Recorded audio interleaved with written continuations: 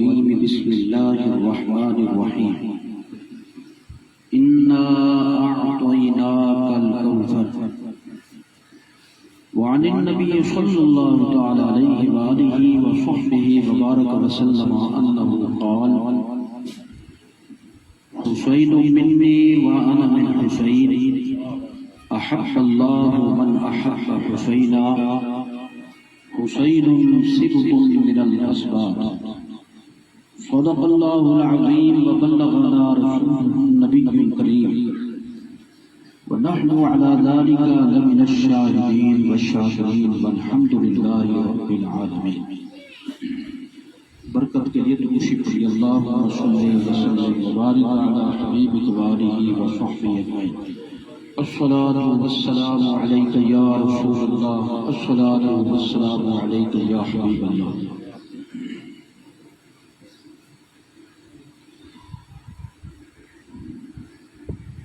محترم حضرات،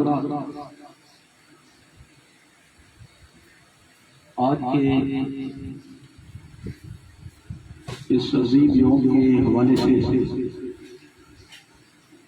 جو عاشوراء محرم ہے، محرم شریف کی 10ویں تاریخ ہے، ہمارے محترم جناب مولانا محمد جاوید صاحب نے امام علی مقام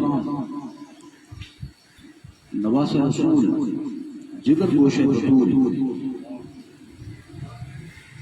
ابن شیر خدا برادر امام حسن مجتبی رضی اللہ تعالیٰ عنہ ثم ارضاہ عنہ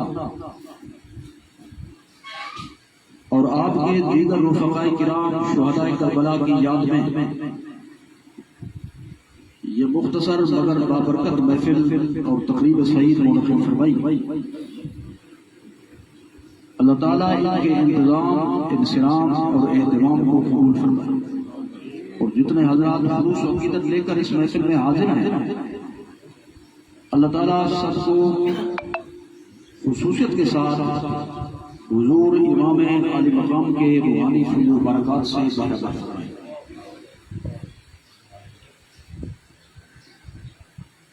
اختصار کی روٹین چلی ہوئی ہے تو میں نے بالکل تھوڑے سے وقت میں چند جملوں پہ اکتفا کرنا ہے. اسی مناسبت سے میں نے قرآن مجید فرقان حمید کی الفاظ کے اعتبار سے، کلمات کے اعتبار سے انتہائی مختصر سورۃ کوثر کی پہلی آیت کریمہ کی تلاوت کرنے کا اور حضور سرور عالم صلی اللہ علیہ وسلم کی ایک حدیث مبارک کی تلاوت کرنے کا شرف حاصل کیا. اس آیت اور حدیث کے حوالے سے امام علی مقام کے حضور نذران عقیدت پیش کرنا ہے نثر کی شکل میں. تو سب سے پہلے آیت کریمہ پر غور فرمائیں. انا اعطیناک الکوثر. اس آیت میں اللہ تعالیٰ نے اپنے محبوب سے مخاطب ہو کر اور حضور کو اپنا مخاطب بنا کر ارشاد فرمایا، میرے محبوب یہ بات ہر قسم کے شک و شبہ سے پاک ہے اور ہر قسم کے شک و شبہ سے بالاتر ہے کہ ہم نے تاکیداً فرمایا، ہم نے انا اعطینا، دو بار فرمایا ہم نے آپ کو کوثر عطا فرمایا. سب سے پہلے لفظ کوثر پر غور کرنا ہے کہ کوثر کا مطلب کیا ہوتا ہے، کوثر کا مفہوم کیا ہے.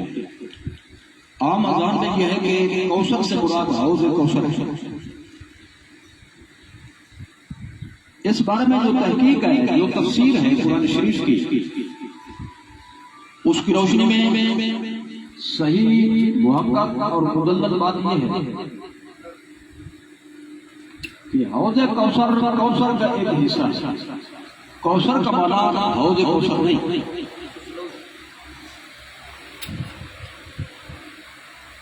بلکہ کوثر جو ہے وہ حوض کوثر کو شامل ہے. کوثر ایک وسیع مفہوم ہے جس کے اندر اس کا ایک جزوی مفہوم حوض کوثر ہے۔ اس بات کو مکمل بیان کرنے کے لیے میں ایک جملہ آپ کو نوٹ کراتا ہوں۔ دیکھیے، ایک ہوتا ہے تھوڑا، عربی میں اس کو کہتے ہیں قلیل۔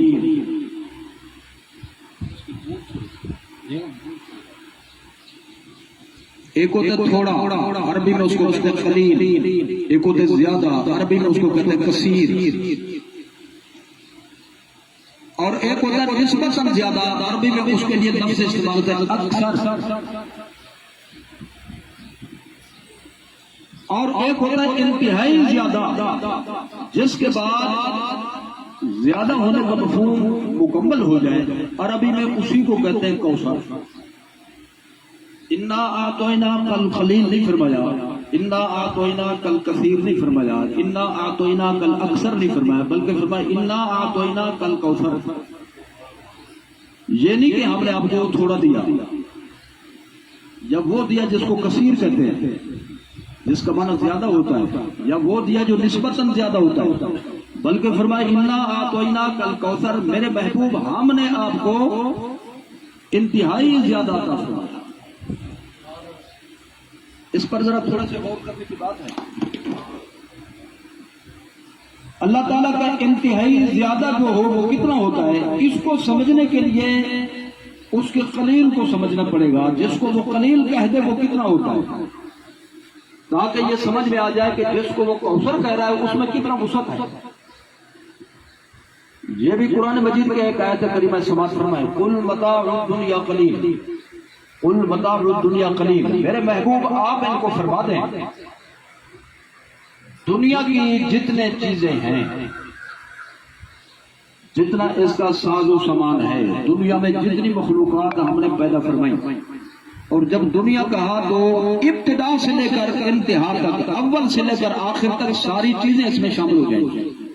تو فرمایا جب سے دنیا بننی شروع ہوئی اور جب تک رہے گی اور جب ختم ہوگی، اول سے لے کر آخر تک جتنی مخلوقات اس میں بنی، جتنی چیزیں اور نعمتیں ہم نے پیدا کی، اللہ فرماتا ہے میرے نزدیک یہ سب قلیل ہیں، میرے نزدیک یہ سب تھوڑی سی ہیں۔ ایک موزے کی گندم لے لی جائے، موزے کے لوگوں سے کہا جائے اس کے دانے اگلے سال تک گنو، میرے خیال میں کہ ایک سال یا 100 سال تک وہ گنتے رہے تو تھک جائے۔ تو ایک چیز کو جب ہم نہیں گر سکتے جزوی طور پر، تو ساری چیزوں کی گنتی کیسے کر سکتے؟ اللہ فرماتا ہے دنیا اور دنیا کی ساری چیزیں میرے نزدیک قلیل ہیں۔ تو جس کا قلیل اتنا ہو اس کا کثیر کتنا ہوگا، پھر اس کا اکثر کتنا ہوگا، پھر اس کا کوثر کتنا ہوگا۔ تو اللہ نے فرمایا میرے محبوب ہم نے آپ کو کوثر عطا کیا۔ اس کے لیے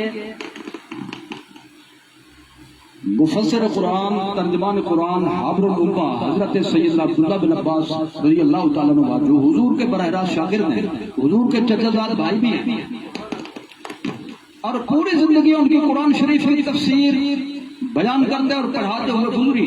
طائف کے شہر میں ان کا مزار شریف موجود ہے اور ان کا مدرسہ بھی موجود ہے۔ ان کے ایک شاگرد حضرت امام مجاہد نے فرمایا، یعنی وہ تفسیر جو انہوں نے اپنے استاد گرامی صحابی رسول حضرت عبداللہ بن عباس سے پڑھی، تو متبادل الفاظ کے طور پر انہوں نے اس کا مفہوم یہ بیان کیا، الکوثر هو الخیر کلہ، الکوثر هو الخیر کلہ۔ تو معنی یہ بنے گا محبوب ہم نے آپ کو کوثر عطا کیا، تو کیا معنی بنے گا؟ معنی یہ بنے گا اس کائنات میں 14 طبقوں میں، 6 جہات میں، اطراف اربع میں، ابتدائی آفرینش سے لے کر رہتی دنیا تک میرے محبوب جتنی بھلائیاں ہم نے پیدا کی کریں گے، ہم نے آپ پر اپنی عطا کی اس قدر بارش کی کہ ہم نے ساری بھلائیاں آپ کے دامن میں رکھ دی۔ ہم نے آپ کو ہر بھلائی عطا فرمائی اور جامع شکل کے اندر عطا فرمائی، کل کی کل عطا فرمائی۔ اس ترجمہ کو سماعت فرما لینے کے بعد میں اس کے اصل مفہوم کی طرف آتا ہوں، جس موضوع پر یہ محفل چلائی گئی۔ اس آیت کا اس موضوع سے بڑا گہرا تعلق ہے، وہ یہ ہے کہ الکوثر کی تفسیر کو جب پھیلا کر اس کے معنی کو جمع دیا گیا، علماء تحقیق اور علماء تفسیر کی تحقیقات کے مطابق اس آیت کی 27 تفسیریں بنتی ہیں۔ 27 تفسیریں علیحدہ علیحدہ کر کے بیان کریں تو 27 تفسیریں، 3 کم پوری 30 تفسیریں بنتی ہیں آیت کے ان الفاظ پر۔ ان 27 تفسیروں میں سے ایک تفسیر یہ ہے، میرے محبوب ہم نے آپ کو کوثر عطا فرمایا۔ کیا مطلب؟ کوثر میں سے ایک یہ ہے کہ ہر بندے کا نسب چلتا ہے اس کے بیٹے سے۔ توجہ کی ضرورت ہے تھوڑی سی۔ مرد کا نسب چلتا ہے اس کے بیٹے سے، بیٹی سے نہیں چلتا۔ بیٹے کا بیٹا ہو، پھر اس کا بیٹا ہو، بیٹا ہو، پوتا ہو، پڑ پوتا ہو، اس طرح سے نسب بندے کا جاری رہتا ہے۔ اگر بیٹا نہ ہو تو بیٹی سے نسب نہیں چلا کرتا۔ یہ دنیا کا اصول ہے، ہر بندے کے لیے یہی قانون ہے کہ اس کا نسب چلے گا اس کے بیٹے کے حوالے سے۔ لیکن میرے محبوب ہم نے آپ کو یہ امتیاز عطا فرمایا کہ آپ کا نسب چلے گا آپ کی بیٹی کے حوالے سے۔ اس میں میں تھوڑی سی تفصیل ہے وہ عرض کرنا چاہتا ہوں۔ حضور سرور عالم صلی اللہ تعالی علیہ وآلہ وصحبہ وبارک وسلم کے شہزادے بھی بکثرت ہیں، حضور کی شہزادیاں بھی بکثرت ہیں، اور تحقیق کے مطابق جن کی تعداد ہے 4۔ ایک روایت کے مطابق حضور سرور عالم صلی اللہ تعالی علیہ وآلہ وصحبہ وبارک وسلم کے 5 شہزادے ہیں، حضور کے 5 بیٹے ہیں، حضرت قاسم، حضرت عبداللہ، حضرت طیب، حضرت طاہر اور حضرت ابراہیم۔ اور بعض نے کہا طیب اور طاہر حضرت عبداللہ کے لقب ہے۔ اس طرح سے حضور کے 3 بیٹے ہوئے۔ اگر ان کے لقب نہ ہوں بلکہ طیب اور طاہر نام کے حضور کے شہزادے ہوں تو حضور کے شہزادوں کی تعداد بنتی ہے 5 اور آپ کی شہزادیاں ہیں 4۔ جو بات اس حوالے سے لائق غور ہے وہ یہ ہے کہ اللہ تعالیٰ نے حضور کے تمام شہزادوں کو بلوغ کی حد پر پہنچنے سے پہلے اپنے پاس بلا لیا، یعنی بچپن میں سب کا مثال ہو گیا۔ اس میں حکمت تھی، حضور کے شہزادوں کو جوانی کی عمر تک کیوں نہیں پہنچایا؟ بیٹے عطا فرمائے تاکہ کوئی اعتراض نہ کر سکے بیٹے کیوں نہیں ہوئے۔ طبی حوالے سے اعتراض ہوتا ہے اور نبی اعتراض سے پاک ہوتا ہے، نبی ہر عیب سے پاک ہوتا ہے، اور ہمارے آقا تو اس میں گرامی بھی محمد ہے صلی اللہ علیہ وسلم، محمد کہتے ہی اس کو ہے جو ہر عیب سے پاک ہو۔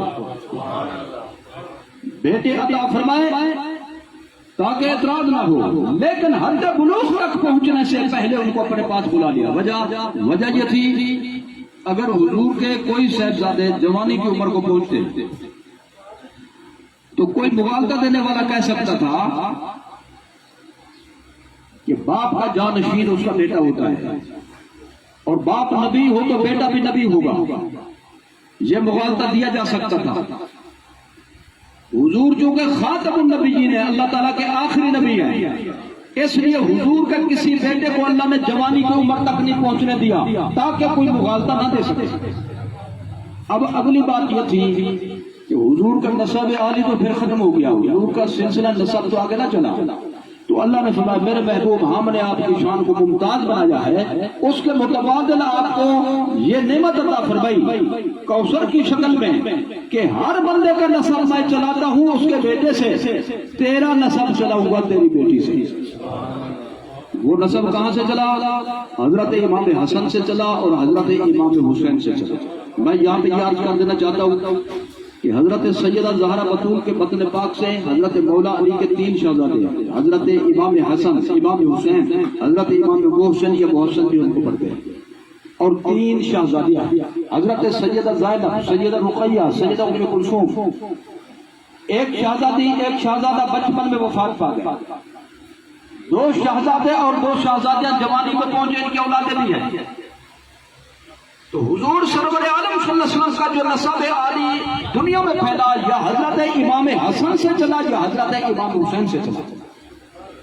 اس میں ایک ایمان افروز بات یہ ہے، دیکھیے جب سادات کرام کے سلسلے کو امام حسن تک پہنچایا جائے گا، آگے یوں کہیں گے امام حسن حضرت سیدہ فاطمہ الزہرا کے لخت جگر، امام حسین حضرت سیدہ زہرا بطول کے لخت جگر، ہر بندے کے نسب کو بیان کرو تو پھر اس کی نسبی فضیلت کو بیان کرنے کے لیے اس کے باپ کا سلسلہ آگے جائے گا، لیکن حسنین کریمین تک جب آل رسول کا سلسلہ آتا ہے تو پھر اس کا رخ مولا علی کی طرف نہیں جائے گا، بلکہ اس کا رخ حضرت سیدہ کی طرف جائے گا اور سیدہ کی نسبت ہو جائے گی سید الکائنات سے۔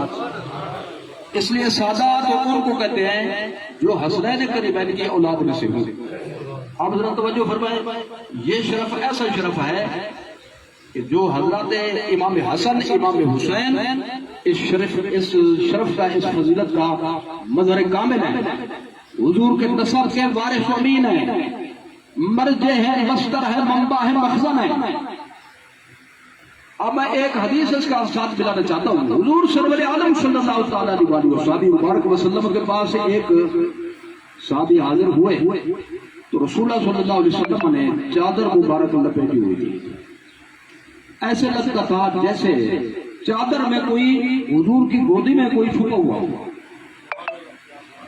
حضور نے سرکار نے اس صحابی کے گزارش کرنے پر چادر ہٹائی تو سرکار نبی کریم صلی اللہ علیہ وسلم کی گودی میں ایک طرف امام حسن تھے اور دوسری طرف حضرت امام حسین تھے۔ حضور نے ان کو چھپایا ہوا تھا، انہوں نے فرمائش کی میں بھی دیکھنا چاہتا ہوں، حضور نے ظاہر کر دیا۔ اس کے بعد جو حضور نے ارشاد فرمایا وہ سنیے کیا فرمایا، ہذان ابنایا ہذان ابنایا وابنا بنتی، حضور نے فرمایا یہ میرے بیٹے ہیں، یہ دونوں میرے بھی بیٹے ہیں اور میری بیٹی کے بھی بیٹے ہیں۔ اچھا آپ غور فرمائے، کچھ حضرات یہ کہہ رہے تھے نواسا بیٹا ہی تو ہوتا ہے، تو اگر یہ بات تھی تو ابنا بنتی کافی تھا، میری بیٹی کے بیٹے ہیں تو نواسے تو بن گئے، لیکن حضور نے دو جملے ارشاد فرمایا یہ دونوں میرے بھی بیٹے ہیں اور میری بیٹی کے بھی بیٹے ہیں۔ بیٹی کے بیٹے نواسے ہو گئے اور نسب علی کو آگے پھیلانے کا ذریعہ ہے انا اعطینا کل کوثر کی تفسیر کے حوالے سے۔ تو حضور نے فرمایا ہذان ابنایا، یہ صرف میری بیٹی کے بیٹے نہیں بلکہ اس معنی میں میرے بھی بیٹے ہیں کہ خدا نے ہر بندے کا نسب چلایا اس کے بیٹوں سے اور میرا نسب چلایا میری بیٹی سے۔ تو محترم حضرات، جو نبی کا بیٹا ہو، نبی کا شہزادہ ہو، تو پھر یہ پوچھنا کہ بھئی اس کا مرد مقابل صحیح تھا یا وہ خود صحیح تھے، یہ گستاخی ہے، یہ توہین ہے۔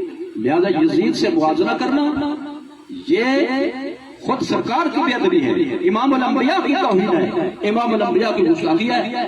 تو اس لیے امام حسین کی حقانیت اور صداقت کے لیے واقعہ کربلا کے حوالے سے اتنا بھی کافی اور کوئی دلیل نہ دی جائے کہ یہ حضور کے جانشین ہیں، حضور کے بیٹے ہیں۔ اللہ تعالیٰ نے قرآن شریف میں اس بات کو بیان فرمایا کہ میرے محبوب میں نے آپ کو ممتاز کیا اس مسئلے میں کہ ہر کسی کا نسب چلتا ہے اس کے بیٹے سے اور میں آپ کے نسب کو قیامت تک چلاؤں گا تیری بیٹی سے۔ اب جب موقع آیا، وقت آیا،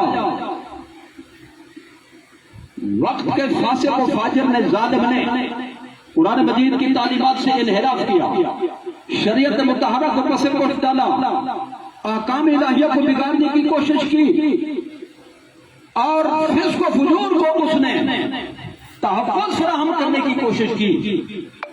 حضرت امام حسین نے وہ کر کے دکھایا جو ایک نبی کے بیٹے کو کرنا چاہیے۔ اس کی عظمت کیا ہے، اس کی شان کیا ہے؟ پوری دنیا میں جو آپ کا یوم منایا جاتا ہے تو اس حوالے سے اس کی عظمت کو، اہمیت کو سمجھا جا سکتا ہے۔ بظاہر لوگ کہتے ہیں کہ بھئی امام حسین شہید ہو گئے، ختم ہو گئے، لیکن ہمارے نزدیک ختم ہونا یہ ہوتا ہے کہ بندہ قتل ہو جائے، شہید ہو جائے، لیکن اللہ اس کے رسول کے نزدیک جو شہید ہو جائے وہ ختم نہیں ہو جاتا بلکہ اس کے ڈنکے لگ جاتے ہیں۔ اس دنیا میں رتبہ شہادت مل گیا، اللہ اس کے رسول کے نزدیک ان کی عظمت بڑھ گئی۔ میرے حضرت نے حضور غزالی زبان ہے، راضی دورہ امام اہل سنت نے، علامہ سید احمد سید شاہ قادمی رحمۃ اللہ تعالیٰ نے ایک عمدہ مثال پیش فرمائی۔ فرمایا دیکھو ماچس کی جو تیلی ہوتی ہے جب اس سے آگ جلائیں اس کو ماچس کے مثالے والی جگہ پہ گھسائیں تو تیلی ختم ہو جائے گی، لیکن آگے جو چراغ جلائیں گے وہ چراغ روشن ہو جائے گا. جتنے چراغ جلائیں سب روشن ہو جائیں گے. تیلی بظاہر ختم ہو گئی لیکن اس معنی میں ختم نہیں ہوئی کہ اس کی روشنی باقی ہے جو دنیا کو چمکا رہی ہے. حضرت امام حسین نے اپنی قربانی پیش کر کے ساری دنیا کو چمکا دیا، دین اسلام کے جھنڈے بلند کر دیے. آج ہماری یہ خوش بختی ہے کہ ہم ان کا ذکر سنانے کے لیے جمع ہوئے. میں یہ کہتا ہوں کہ حضور کے صحابہ ہوں، حضور کے اہل بیت ہوں، حضور کی نسبت والی چیزیں ہوں، ان کا ذکر بھی عبادت ہے. مدینے کی مٹی کا ذکر کرو وہ بھی عبادت ہے.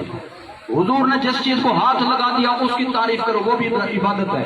حضور سے جن چیزوں کو نسبت ہو گئی ان کا تذکرہ بھی عبادت ہے. اور حضرت امام حسن و حسین تو حضور کے جگر کے ٹکڑے ہیں، تو لہذا ان کی تعریف کرنا بھی عبادت ہے.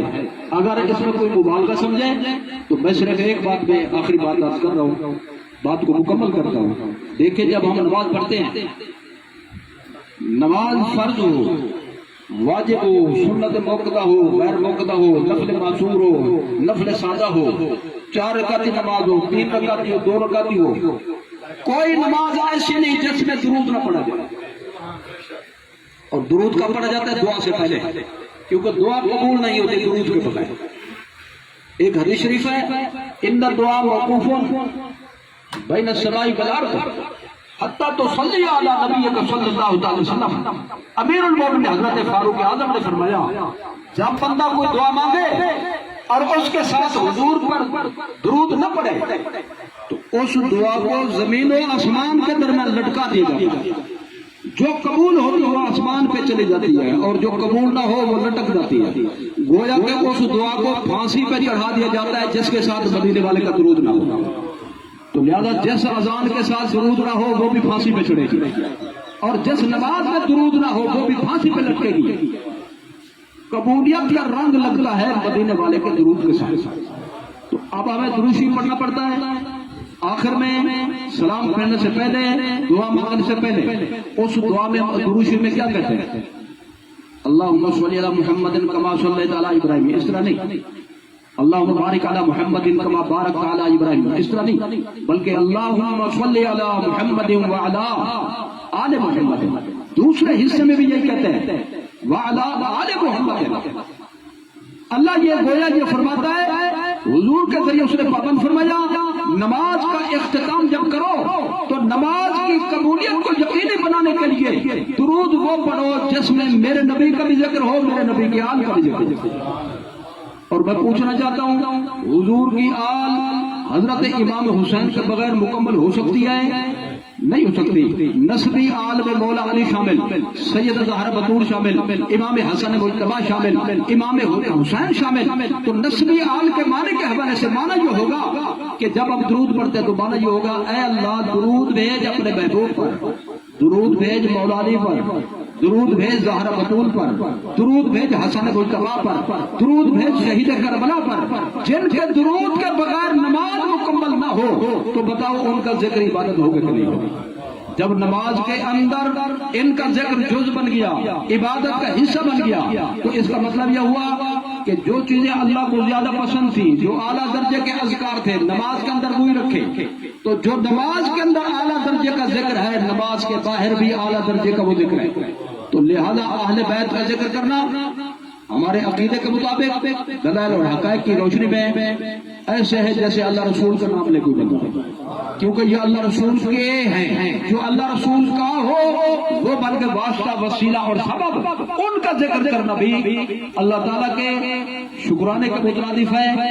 شکرانہ پورا نہیں ہو سکتا جب تک دینے والے کا نام نہ لیں اور جب تک اس ذریعے کی قدر نہ کریں جس ذریعے سے خدا نے عطا فرمایا ہو. تو آج ہم جو رونق کے دیکھ رہے ہیں، اسلام کی بہاریں دیکھ رہے ہیں، تو تاریخ اسلام کی روشنی میں اس کا ایک سبب حضرت امام حسین کی قربانی ہے. اسی کو سلام پیش کرنے کے لیے ہمارے رانا صاحب نے محفل منعقد کی. چونکہ شاہ صاحب نے فرمائش کر دی تو لہذا یہ طے ان کے کھاتے میں ہوگا، میرے کھاتے میں ڈال دیا. ہمارے تو اختصار کو مد نظر رکھا. حضرت مولا علی کرم اللہ تعالی وجہ الکریم کے 15 بیٹے ہیں. 15. بہت سے حضرات کو یہ بات معلوم نہیں. 15 بیٹے اور دوسری بات میں بیٹیاں بھی 15. تمام ازواج مطہرات میں سے جو اولاد ہوئی سیدہ زہرا بطول کے بطن پاک سے 3 بیٹے 3 بیٹیاں. اور جب تک حضرت خاتون جنت اس دنیا میں رہی آپ نے دوسری شادی نہیں فرمائی، کیونکہ ان پر پابندی تھی دوسری شادی نہیں کر سکتے سیدہ کے ہوتے ہوتے،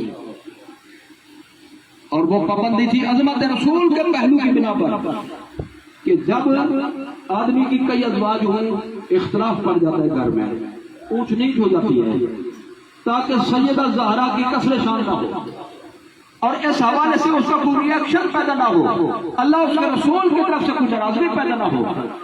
اس لیے جب تک سیدہ پاک اس دنیا میں رہی تو دوسری شادی کی اجازت مولا علی کو نہ تھی. ان کے وصال کے بعد حضرت مولا علی کرم اللہ تعالی وجہ الکریم نے اور بھی شادیاں فرمائی. تو مجموعی طور پر جو آپ کی اولاد ہوئی وہ ہے 15 بیٹے 15 بیٹیاں ایک روایت کے مطابق. تو اب یہاں پر یہ بھی سمجھ چاہیے کہ بچے 2 ہی اچھے یا سبھی اچھے. جو لوگ کہتے ہیں بچے 2 ہی اچھے بس آگے پابندی ہونی چاہیے، زیادہ نہیں ہونی چاہیے، وہ اس پر ذرا اور فرمائے. حضور نے فرمایا انی مکافر بکم الامما، قیامت کے دن میں کثرت سے امت پر دوسرے نبیوں کے سامنے فخر کروں گا. میں کہوں گا دیکھو سارے نبی مل جائیں، ان کی امتیں جمع کر دو، ان کو گنو، میری امت کا عشر اشیر بھی نہیں بنتا. لہذا حضور یہ فرمانا چاہتے ہیں میری امت بکثرت ہونی چاہیے تاکہ میں قیامت کے دن فخر کر سکوں. تو المختصر حضرت مولا علی کی 15 بیٹیاں اور 15 بیٹے. ان بیٹوں میں سے ایک بیٹے کا نام ہے حضرت عباس. یہ حضرت امام حسین کے پدری بھائی ہیں، باپ شریک بھائی، یعنی والدہ مختلف ہیں. والد ماجد حضرت حیدر کرار حضرت مولا علی کرم اللہ تعالی وجہ الکریم. انہوں نے جو میدان کربلا کے واقعہ جہاد میں جو اپنے کارنامے سر انجام دیے، ان کارناموں کی بنیاد پر حضرت کا نام ہے. یعنی حسینی جھنڈے کو نیچے نہیں گرنے دیا، ہاتھ سے بلند کیا وہ ہاتھ کٹ گیا، دوسرے ہاتھ میں رکھا وہ کٹ گیا. اب گردن میں ایک جھنڈے کو پھنسایا تاکہ حسینی جھنڈا سر نگو نہ ہو. گردن جب کٹ گئی تو اس کے بعد جھنڈا کسی اور کے ہاتھ میں آ جا، لیکن حضرت عباس نے اس جھنڈے کو سر نگو نہیں ہونے دیا، کیونکہ حسین کا جھنڈا نبی کا جھنڈا اور نبی کا جھنڈا خدا کا جھنڈا. اس لیے ان کو کہتے ہیں عباس علمدار. عباس علمدار، علمدار کا معنی ہوتا ہے جھنڈا اٹھانے والا. ایک بات یہ تصریح فرما لیں، ان کو کہتے ہیں غازی عباس. ایک معنی غازی کا ہو سکتا ہے، لیکن غازی اس کو کہتے ہیں جو جہاد سے زندہ واپس آ جائے.